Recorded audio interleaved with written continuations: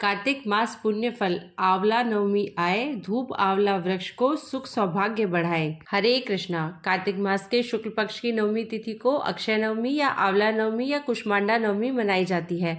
इस दिन भगवान विष्णु की पूजा की जाती है और आंवले के पेड़ की पूजा का विधान है। इस दिन स्नान, दान, व्रत, पूजा का विधान है। धार्मिक दृष्टि से कार्तिक मास की इस नवमी तिथि का महत्व अक्षय तृतीया से कम नहीं है।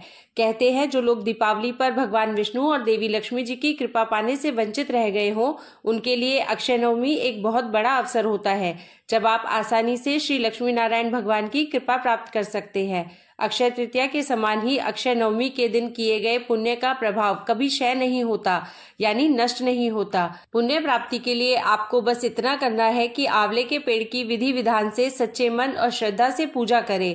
प्रसाद के रूप में आंवला श्री लक्ष्मी नारायण को अर्पित करना है और आंवले को ही प्रसाद रूप में ग्रहण करना होता है। अक्षय नवमी के दिन आंवले की प्रधानता होती है, क्योंकि तुलसी और बेल दोनों के गुणों को धारण करने वाले आंवले के पेड़ पर इस दिन त्रिदेव यानी श्री ब्रह्मा, विष्णु और महेश के साथ त्रिदेवियां अर्थात देवी सरस्वती, लक्ष्मी जी और देवी पार्वती जी भी वास करती है।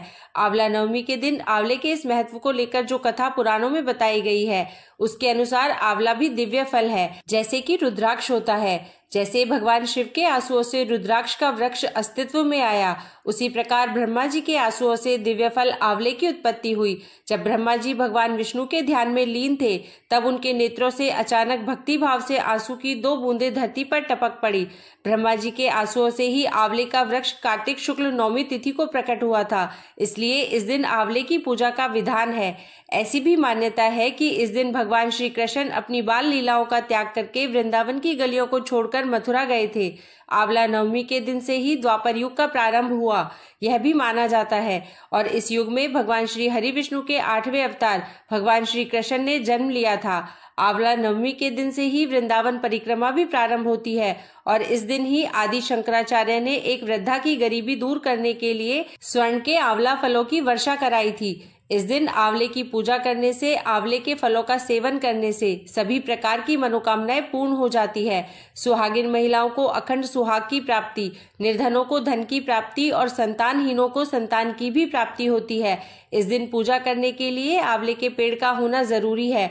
यदि आंवले का पेड़ ना हो तो आंवले के फल या आंवले की टहनी का भी आप पूजन कर सकते हैं। इस दिन आंवले की पूजा करने के बाद आंवले का सेवन और आंवले का ही दान करना चाहिए। पूजन शुभ मुहूर्त में किया जाता है। तो चलिए अब आपको बताते हैं आंवला नवमी कब है और पूजा का शुभ मुहूर्त कब से कब तक रहेगा। इस बार नवमी तिथि प्रारंभ होगी 9 नवंबर शनिवार रात 10:46 से और समाप्त होगी 10 नवंबर रविवार रात 9:01 पर। क्योंकि 10 नवंबर रविवार को सारा दिन ही नवमी तिथि रहने वाली है, इसलिए इस बार 10 नवंबर रविवार के दिन ही अक्षय नवमी यानी आंवला नवमी का त्योहार मनाया जाएगा। इस दिन व्रत भी रखा जाएगा। 10 नवंबर को सूर्योदय होगा सुबह 6:41 पर और सूर्यास्त शाम 5:39 पर। इस दिन ब्रह्म मुहूर्त सुबह 5:05 से 5:53 तक रहेगा।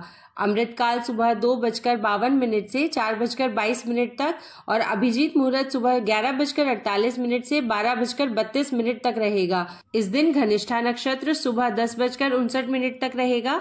बाद में शतभिषा नक्षत्र रहेगा। यह बहुत ही शुभ नक्षत्र होते हैं। राहु काल शाम 4:30 से 6 बजे तक रहेगा। आंवला नवमी की पूजा का सबसे शुभ मुहूर्त रहेगा सुबह 6:40 से दोपहर 12:05 तक।